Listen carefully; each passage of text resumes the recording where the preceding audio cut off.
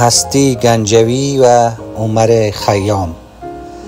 در پیوند به دیدار محستی با عمر خیام که امروزگار او بوده، روایت های نیز وجود دارد که او با عمر خیام دیدارهای داشته است. اگر بپذیریم باید چنین دیدارهای زمان رخ داده باشد که او در دربار سلطان سنجر به سر می برده یا هم در سفر در نیشاپور.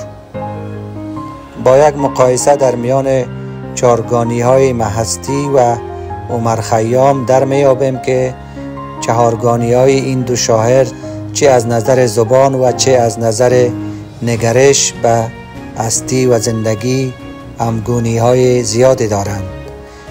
این همگونی ها گاهی چنان برجسته و چشمگیر است که می اندیشی هر دو شاعر در تفاهم با هم خواستند تا چنین اندیشه های را با استفاده از قالب چهارگانی یا رباعی در شعر پارسی دری و در میان مردم گسترش دهند.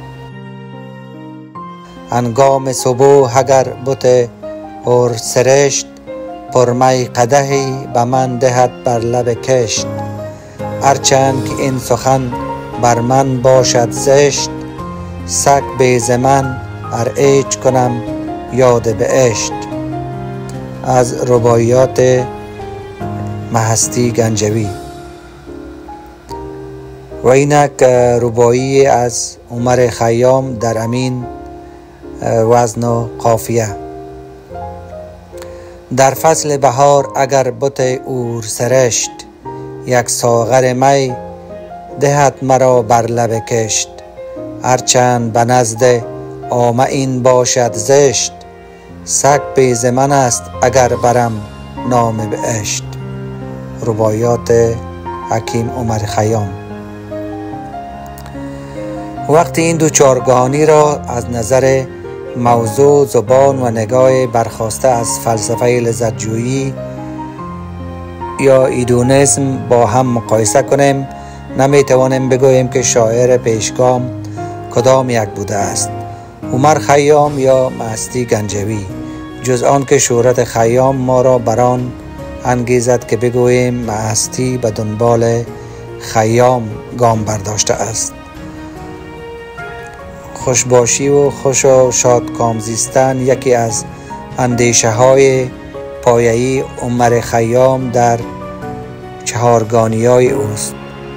یک چنین اندیشه های در چهارگانی های محستی بسیار نیز چشمگیر است. اینم نمونه های از محستی. گر ملک تو مصر و روم و چین خواهد بود، آفاق ترا زیر نگین خواهد بود.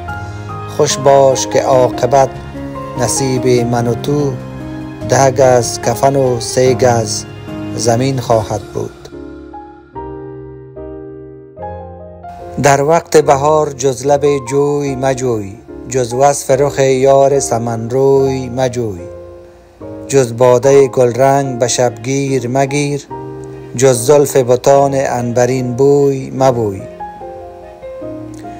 آنگونه که در این رباعی میبینیم، محستی در رباعی‌های خود به گونه چشمگیری از صنعت جناس کار میگیرد. این هم چند چهارگانی دیگر که نشان میدهد محستی با خیام نسبت به هستی و زندگی چقدر اندیشه ها و دریافت های همگونی داشته است. در آتش دل پریر بودم به نهفت، دی باد صبا خوش سخنی با من گفت. که امروز اران که آبرویی دارد، فرداش به خاک تیره می باید خفت. باد آمد گل بر سر میخواران ریخت، یار آمد و می در قده یاران ریخت. آن عنبر تر رونق عطاران ریخت، و آن نرگس مست خون هوشیاران ریخت. ایام چو آتشکده از سینه ماست، عالم کهن از وجود دیرینه ماست. اینک به مثل چو کوزه آب خوریم، از خاک برادران پسینه ماست. در پاره ای از چارگانی‌های معستی گاهی باد، خاک، آب و آتش و 4 روز و 4 گونه گل در کنار هم به تکرار آمده‌اند. باد، خاک، آب و آتش هنوز در آن روزگار چنان عناصر اولیه پنداشته می شدند که نه تنها مزا و طبیعت انسان را بر بنیاد ترکیب آن می سنجیدند، بلکه طبیعت را نیز برساخته از آنان می دانستند.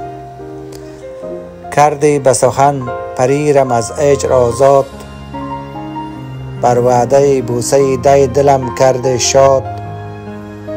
گرزان چی پریر گفته ناری یاد، بار سخن دینه یادت باد. پریر در گفتار مردم بدخشان و تخار روز گذشته از دیروز را گویند و پیش پریر 1 روز پیش از پریر را گویند.